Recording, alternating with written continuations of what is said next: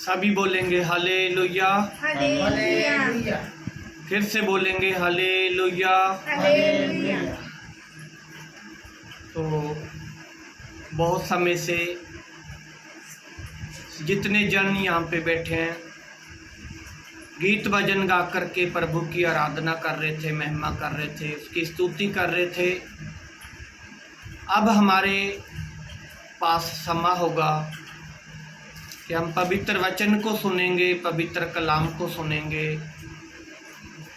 परमेश्वर आज के इस वचन के द्वारा हमें बहुत सी आशीष देगा, बहुत सी बरकत देगा। बाइबल के वो जो गुजे भेद हैं हम पे प्रकट करेगा। जितने जन यहाँ पे बैठे हैं सभी को मैं बेनती करता हूँ, एक एक शब्द को, एक एक वचन को हम ध्यान से सुनेंगे। और जो लोग इस वक्त मुझे ऑनलाइन देख रहे हैं उन लोगों के लिए भी मैं बेनती करता हूँ कि बाइबल का एक एक शब्द, एक एक लफ्ज़ हम बड़े ही ध्यान से सुनेंगे, क्योंकि पता नहीं कौन सा ऐसा शब्द है, ऐसा लफ्ज़ है जो हमारे जीवन को बदल सकता है। तो हम बाइबल में से पढ़ेंगे सबोपदेशक की किताब, उसका 7वां अध्याय 1 वचन से लेकर के 4 वचन तक बाइबल में से हम पढ़ेंगे। और उसमें से बहुत सी ऐसी बातें हैं, बहुत से ऐसे गुजे भेद हैं जिनको हम सीखेंगे। बेटी किरण के साथ मिलकर के हम पढ़ेंगे, ऊंची आवाज में बोलेंगे। अच्छा नाम अनमोल इत्र से और मृत्यु का दिन जन्म के दिन से उत्तम है। भोज के घर जाने से शोक ही के घर जाना उत्तम है, क्योंकि सब मनुष्यों का अंत यही है। और जो जीवित है वह मन लगाकर इस पर सोचेगा।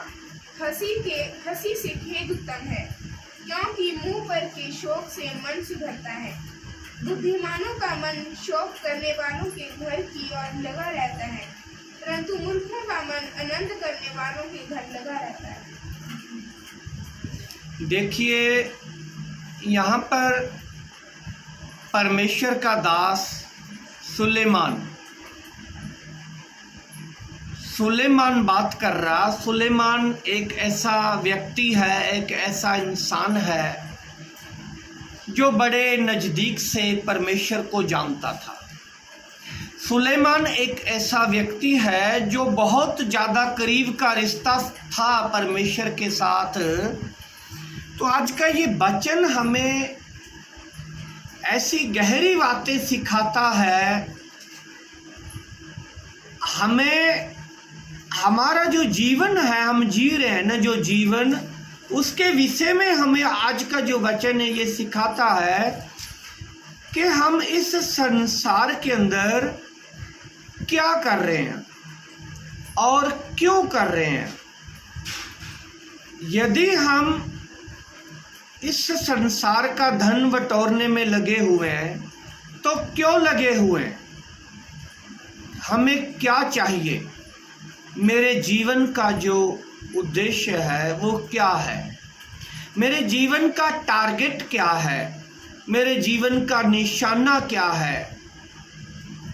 इंसान जन्म लेता है और हम लोग कह देते हैं कि इसका जीवन आज से शुरू हो गया, परंतु इससे अलग उसका जीवन आज से शुरू नहीं हुआ, बल्कि आज से इसकी जो मौत है वो शुरू हो गई। आज से उस इंसान की जिसने आज जन्म लिया उसकी मौत शुरू हो गई। और उसके साथ साथ क्या कर दिया, मौत ने चलना शुरू कर दिया। जब इंसान जन्म लेता है, एक दिन का हो जाता है, तो वो एक दिन क्या हो गया? मर गया। और इंसान 2 दिन का हुआ तो क्या हुआ? वो 2 दिन मर गया। और हम लोग, संसारी लोग क्या करते हैं? खुशी मनाते हैं।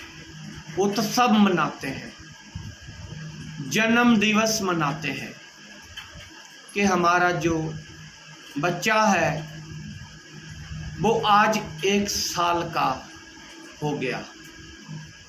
आनंद मना रहे हैं, खुशी मना रहे हैं। इससे उलट क्या हुआ? 1 साल वो बच्चा मर गया। तो मेरे कहने का मतलब मेरे बहनों और भाइयों ये है कि इंसान को जो मौत है वो याद रखनी चाहिए। यदि हमें मौत याद होगी तो हमें परमेश्वर याद होगा। यदि हमें मौत याद होगी तो हम परमेश्वर के नज़दीक जाएंगे। यदि हमें मौत याद होगी तो कोई भी बुरा भला काम करने से पहले हम 100 बार सोचेंगे, क्योंकि हमें मालूम है कि मुझे क्या करना है, जाना है। इस नाशवान संसार को छोड़ करके जाना है। मौत को याद रखना परमेश्वर की नज़दीकी है। मौत परमेश्वर के नज़दीक हमें लेकर के आती है। मौत परमेश्वर का और हमारा रिश्ता करीबी करती है। मौत परमेश्वर और हमारे बीच में प्रेम को पैदा करती है, एक उस गहराई को पैदा करती है। लेकिन ये कब होगा? जब हमें मौत याद होगी कि हमें इस नाशवान संसार को छोड़ करके एक दिन जाना है। तो जाना है, जब हमें ये याद होगा जाना है, तो यहाँ पर हम कभी भी शॉर्टकट तरीके से धन बटोरने की कोशिश नहीं करेंगे। हम केवल वही करेंगे जो परमेश्वर की निगाह में सही है। हम केवल वही करेंगे जो परमेश्वर को अच्छा लगता हो। हम केवल वही करेंगे जो हमें वचन सिखाता है। हम केवल वही करेंगे जो प्रभु हमारे पर एक आस रखता है। हम केवल वही बातें, वही काम करेंगे। फिर से एक बार बोलेंगे हालेलुया, हालेलुया। तो फिर से हम एक वचन को बोलेंगे। अच्छा नाम अनमोल इत्र से और मृत्यु का दिन जन्म के दिन से उत्तम है। हाँ, अच्छा नाम एक लेन करके बोलेंगे, एक लेन बोलेंगे। अच्छा नाम अनमोल इत्र से और मृत्यु का दिन जन्म के दिन से उत्तम है। हाँ, अच्छा नाम, यहाँ पर 2 बातें बताई गई हैं। अच्छा नाम और मौत का दिन। एक तो अच्छा नाम और एक दूसरा मौत का दिन। यहाँ पर बताया गया अच्छा नाम जो है, मौत का दिन अच्छे नाम से बेहतर है। मौत का नाम उस अच्छे नाम से क्या है? बेहतर है। सुलेमान जो था, उसके पास परमेश्वर का दिया हुआ विवेक था, परमेश्वर की दी हुई बुद्धि थी, परमेश्वर की दी हुई आशीष थी। तो मौत के दिन को परमेश्वर का दास सुलेमान अच्छा क्यों बता रहा है? यदि हम किसी के यहाँ जाते हैं, मौत के दिन शोक करते हैं, तो हमें क्या है, अपनी मौत याद आती है। हमें ये याद आती है, हम नींद से जागते हैं, हमें पता लगता है कि एक दिन हम सब ने इसी जगह आना है, एक दिन हमारा भी यही अंत होगा। तो और भी इस वचन में से हम सीखेंगे, इसका दूसरा वचन बोलेंगे, 7 का सबोपदेशक 7 अध्याय का दूसरा वचन बोलेंगे। भोज के घर जाने से शोक ही के घर जाना उत्तम है, क्योंकि सब मनुष्यों का अंत यही है। और जो जीवित है वह मन लगाकर इस पर सोचेगा। देखिए, बड़ा अच्छा यहाँ पर लिखा है, भोज के घर जाने से। भोज के घर का मतलब हुआ, यहाँ पर एक पार्टी सिस्टम हो रहा, किसी ने कोई भोज रखा हुआ है, उस घर उस पार्टी में जाने से अच्छा है कहाँ जाना, शोक के घर जाना अच्छा। भोज के दिन उसको छोड़ करके शोक के दिन घर जाना क्या है, अच्छा है। दूसरी लाइन पढ़ेंगे, भोज के दिन दूसरी लाइन पढ़ेंगे, क्योंकि सब मनुष्य का अंत यही। नहीं, ऊपर वाली लाइन को छोड़ करके दूसरी लाइन पढ़ेंगे। भोज के घर जाने से शोक ही के घर जाना उत्तम है, क्योंकि सब मनुष्यों का अंत यही है। क्योंकि सब मनुष्यों का अंत यही है। शोक के घर जाना अच्छा है, जहाँ पर शोक हो रहा, जहाँ पे विलाप हो रहा, वहाँ जाना क्या है, अच्छा है। क्यों अच्छा है? क्योंकि सब मनुष्यों का जो अंत है वो यही है। आगे पढ़ो। और जो जीवित है वह मन लगाकर इस पर सोचेगा। हाँ, क्यों अच्छा है शोक के घर जाना? क्यों अच्छा है? जहाँ पर कोई मर चुका वहाँ जाना क्यों अच्छा है? क्योंकि वो जो जीवित है वो मन लगाकर इस पर सोचेगा। क्या सोचेगा? कि एक दिन मैं भी मरूंगा, मुझे भी यहीं आना है।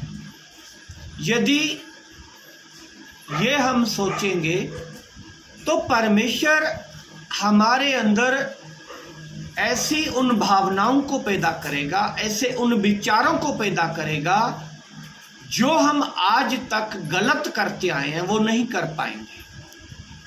जो आज तक हम गुनाह करते आए हैं वो नहीं कर पाएंगे। जो आज तक हम पाप करते आए हैं वो नहीं कर पाएंगे। तो इसका तीसरा वचन हम पढ़ेंगे। हंसी से खेद उत्तम है, क्योंकि मुंह पर के शोक से मन सुधरता है। कहते हैं हंसी से मुरझाया हुआ जो चेहरा है वो अच्छा है। हंसी से मुरझाया हुआ चेहरा क्या है? अच्छा है। क्यों अच्छा है? आगे पूरा करेंगे। हंसी से, क्योंकि मुंह पर के शोक से मन सुधरता है। हाँ, क्योंकि मुरझाया हुआ चेहरा क्या है? हमारे जो मन के घाव है उनको भरता है। हमारे मन के घावों को क्या करता है?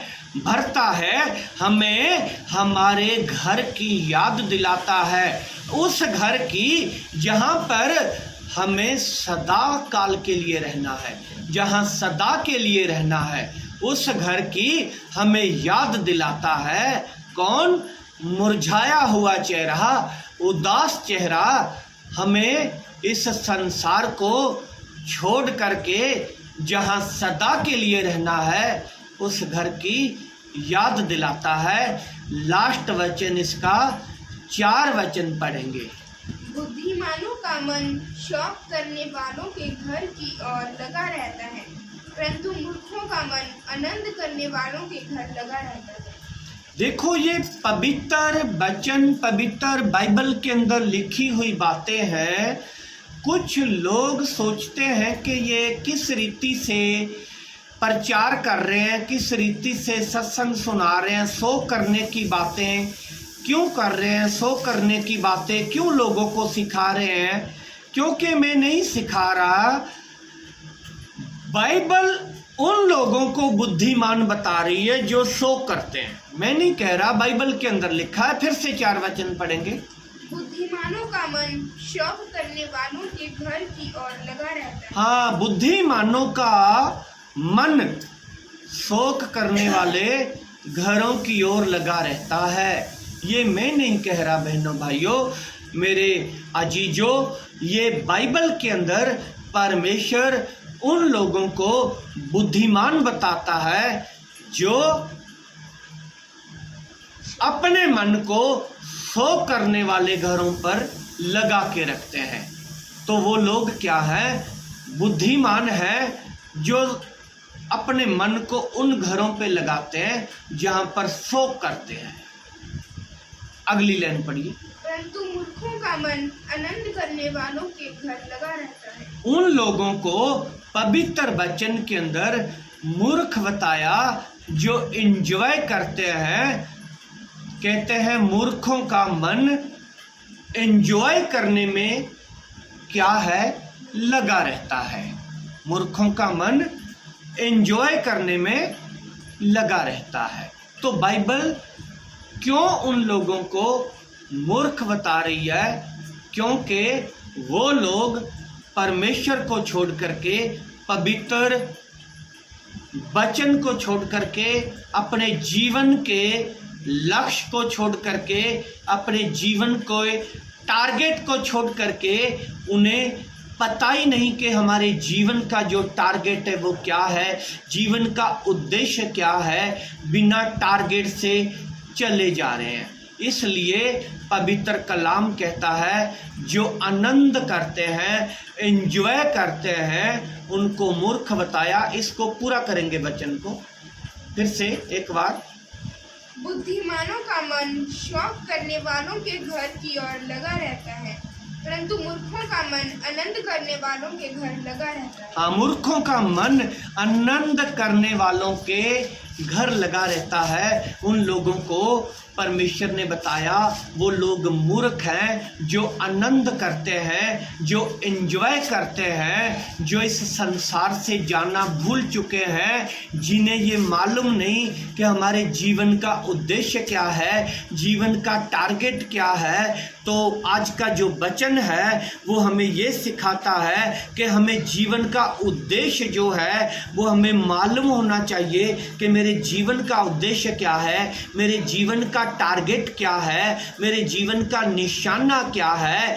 जब तक हम अपने एक निशाने को लेकर के नहीं चलेंगे, ये नहीं हो सकता कि हम मंजिल पर पहुंच जाएंगे। क्योंकि रास्ता तो हमें मिल गया, हम चल तो रहे हैं, लेकिन निशाना नहीं है, टारगेट नहीं है। चले जा रहे हैं, चले जा रहे हैं, चले जा रहे हैं, लेकिन हमें मालूम होना चाहिए कि हमारा निशाना क्या है, हमारा टारगेट क्या है, हमारा उद्देश्य क्या है, हमारी मंजिल क्या है। और मार्ग मिल गया, मंजिल का पता नहीं, तो जब तक मंजिल का पता नहीं तब तक हम कहाँ जाएंगे। जो लोग रेगुलर संगति करते हैं, प्रभु से नाता रखते हैं, बाइबल पढ़ते हैं और वचन को पढ़ते हैं, विशेष करके मैं उन लोगों को कहना चाहता हूँ जो 10 सालों से प्रभु में बने हुए हैं, 20 सालों से बने हुए हैं। आप कभी अकेले बैठ कर के सोचना कि मेरे जीवन का उद्देश्य क्या है, मेरे जीवन का टारगेट क्या है। क्या मैं 10 सालों से किसी निशाने को लेके चल रहा हूँ? क्या मैं किसी निशाने को लेके जा रहा हूँ? या फिर हर संडे मुझे एक आदत पड़ गई संगति में जाने की, ये भी एक आदत है। क्या मुझे आदत पड़ गई या फिर वाकई ही मेरा एक निशाना है, एक टारगेट है, एक उद्देश्य है, मैं उस उद्देश्य को लेके चल रहा हूँ? ये हमें विचार करना चाहिए बहनों भाइयों। सभी जो मसीह बहन भाई हैं उनको ये मैसेज है। और परमेश्वर क्या है? वचन है, और वचन के द्वारा परमेश्वर हम सबके साथ गलबात करता है, बातचीत करता है। मैं किसी को कोई सिखाने वाला नहीं हूँ, मैं कोई ज़्यादा बुद्धिमान नहीं हूँ कि मैं किसी को सिखा सकता हूँ या फिर किसी के जीवन को बदल सकता हूँ। ये वचन है जो हम सब के जीवनों को बदलता है, ये परमेश्वर है जो हम सब के जीवनों को बदलता है। और आज का जो वचन है ये मुझे विश्वास है ये ज़रूर हमारे जीवन में काम करेगा। और जितने जन यहाँ पे बैठे हैं इस वक्त, और उन सभी को मैं बेनती करता हूँ कि आज के इस वचन को बड़े ध्यान से अपने जीवन में लीजिए। और जितने जन इस वक्त मुझे ऑनलाइन देख रहे हैं, यदि हमारे इस चैनल को सब्सक्राइब नहीं किया तो आप इसको सब्सक्राइब कीजिए, ताकि और भी नई वीडियो, नया वचन हम आपके लिए लेकर आ सके। एक बार सभी बोलेंगे हालेलुया। हालेलुया। बोलिए प्रभु यीशु के नाम की जय मसीह की।